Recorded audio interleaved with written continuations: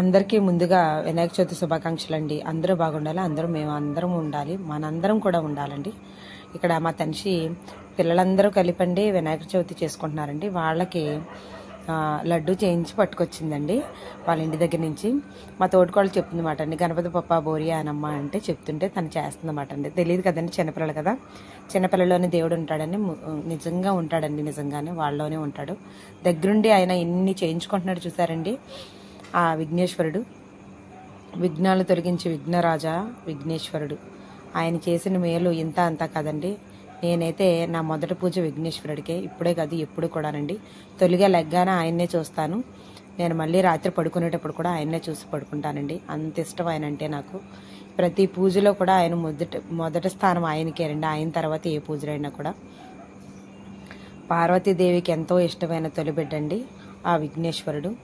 ఆ పార్వతీదేవి వల్లే మనకు ఆ విఘ్నేశ్వరుడు మనకి గురువుగా, దేవుడిగా, విఘ్నాన్ని తొలగించి వినాయకుడిగా, విఘ్నరాజుగా, బొజ్జ గణపయ్యగా, ఇలా ఏ రకంగా పిలిచినా ఆయనేనండి. మనము ఎన్ని రకాలుగా చూసినా ఆయనే, ఎక్కడున్నా ఆయనే ఉంటాడండి. పిల్లలందరూ కలిపి ఇలా వినాయకుడు పూజ చేసుకొని చక్కగా చిన్న టెంట్ వేసుకోనండి పూజ అయితే చేసుకుంటున్నారు. చాలా బాగా అనిపించింది నిజంగా నాకు. రాటపాలు పట్టడానికి వెళ్ళాను కదండి, తర్వాత డెకరేషన్ అయ్యి అందరూ నైట్ అంతా కూర్చొని చేసుకున్నారటండి. ఇంక దేవుడి దగ్గర ప్రసాదం అయితే మా అందరికీ కూడా పెడుతుందండి మా తోటికోళ్ళు. అందరం తీసుకున్నాం. చాలా ఆనందం అనిపించిందండి. పిల్లలు చేసుకున్న వాటికే ముందు ప్రాధాన్యత ఇవ్వాలండి. ఎందుకంటే పిల్లలు స్కూలు విషయంలో ఎలా ఉన్నా కానీ విఘ్నేశ్వరుడు విషయంలో మాత్రం చాలా బాగా చేస్తారండి వాళ్ళ పిల్లలందరూ కలిపి. మనం కూడా వాళ్ళకి తోడుగా ఉంటే ఇంక అంతకన్నా ఆనందం ఏమీ లేదు. నాకు చాలా బాగా అనిపించింది అన్నమాట అండి ఈ విషయంలో మాత్రం.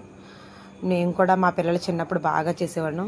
ఇంకా మా పిల్లలు పెద్ద అయిపోవటం వల్ల మేము కూడా ఇంకా అన్నీ ఆపేసుకున్నామండి. ఇంక ఎదిగిపోయారు కదా పిల్లలు, ఏవి కూడా ఇంకా స్కూల్కి కాలేజీలకు వెళ్ళటం, ఇంకా అక్కడి నుంచి జాబులు, ఇంక ఇవేనండి. ఇంకా పిల్లలకి అందరూ కూడా స్వస్తికి పెట్టుకున్నారమ్మ, అందరూ పుస్తకాలకి పెట్టుకోవాలి. ఇప్పుడు స్వస్తికిలో పుస్తకాల తర్వాత మళ్ళీ ల్యాప్టాప్లు కూడా పెడుతున్నారండి. ఇక్కడ పెద్ద వినాయకుడు అండి, చూసారు కదండి. మా ఇంటి దగ్గర పెద్ద వినాయకుడు, పెద్దవాళ్ళందరూ కలిపి పెట్టిన వినాయకుడు అన్నమాట అండి. తొలి పూజ ఆయనకే కదండి, ఆ విఘ్నేశ్వరుడికే.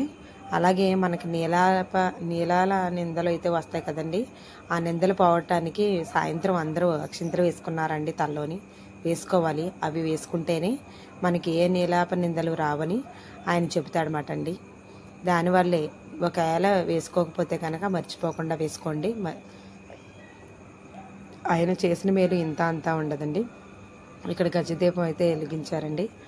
ఇక మేము ఇక్కడికి వర్షంలో వచ్చామండి. వర్షం ఎంత దారుణంగా వస్తానే ఉంది, తుఫాన్ అంట. ఇంకా వర్షం వస్తానే ఉంది, అయినా కూడా ఇంకా విఘ్నరాజును ఒకసారి అయితే దర్శించుకుని వెళ్ళాలని ఇంకా విఘ్నేశ్వరుని దర్శించుకుంటాకు వచ్చామండి. అలాగే అయిపోయింది. మా కృష్ణయ్య మీ అందరికీ తెలిసిందే కదండి, మా కృష్ణయ్య దగ్గరికి కూడా వచ్చండి. అలాగే మా కృష్ణయ్య పక్కన చిన్న వినాయకుడు ఉందన్న, వినాయకుడు పక్కనే పాలవేలు కట్టారండి.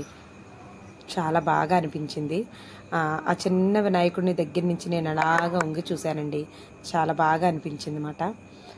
అన్ని గుళ్ళకి వెళ్ళామా అంటే 3 చోట్ల చూడాలంటారు కదా, అలాగే నేను 3 చోట్ల కూడా చూశానండి. చాలా హ్యాపీగా అనిపించింది. విఘ్నాలను తొలగించి విజయాలను చేకూర్చి మీ అందరికీ శుభం కలగాలని నేను మనస్ఫూర్తిగా కోరుకుంటున్నాను. అందరూ బాగుండాలి.